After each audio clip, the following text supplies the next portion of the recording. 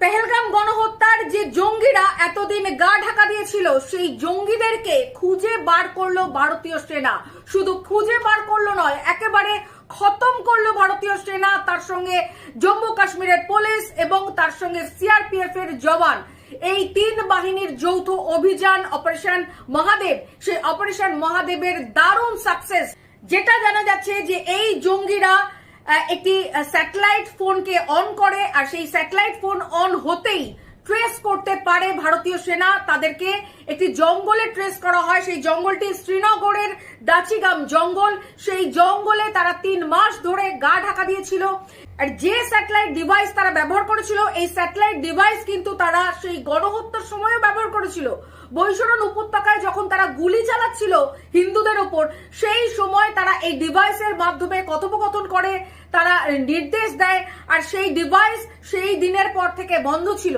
আর যখনই তারা এই ডিভাইসকে আবার পুনরায় অন করে, সেই সময় কিন্তু তাদের লোকেশন ট্রেস করতে পারে ভারতীয় সেনা।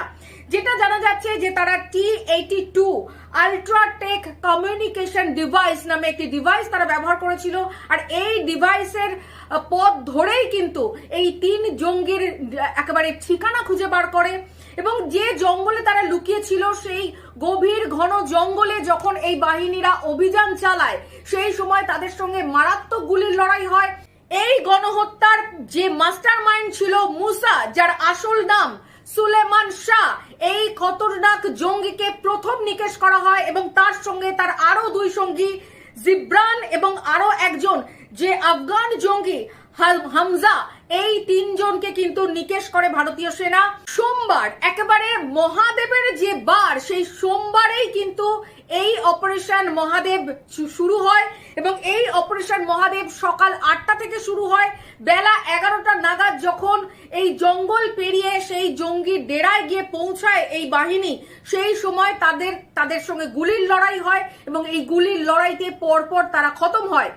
যেটা জানা যাচ্ছে যে বহুদিন ধরে কিন্তু ট্রেস করার চেষ্টা চলছিল এবং এই গতিবিধি যখন থেকে এই স্যাটেলাইট ডিভাইস তারা অন করে, তখন থেকে কিন্তু এদের গতিবিধির ওপরে নজর রাখছিল ভারতীয় সেনা এবং তার সঙ্গে ড্রোনের মাধ্যমেও কিন্তু নজরদারি চলছিল। এবং যখনই এই ভারতীয় সেনারা নিশ্চিত হয় যে সেই জঙ্গলের ওই জায়গাতেই তারা রয়েছে, তারপরেই কিন্তু এই অভিযানটা চালানো হয় এবং যেটা ভারতীয় সেনার কাছে একটা অনেক বড় জয়। এবং বিরোধীরা যে বক্তব্য রাখছিল বারবার যে জঙ্গিরা কোথায়, একটা জঙ্গিকেও নিকেশ করতে পারেনি ভারতীয় সেনা, সেই বিরোধীদের কাছে কিন্তু এটা একটা মোক্ষম জবাব। ভারতীয় সেনারা 3 মাস ধরে চিরুনি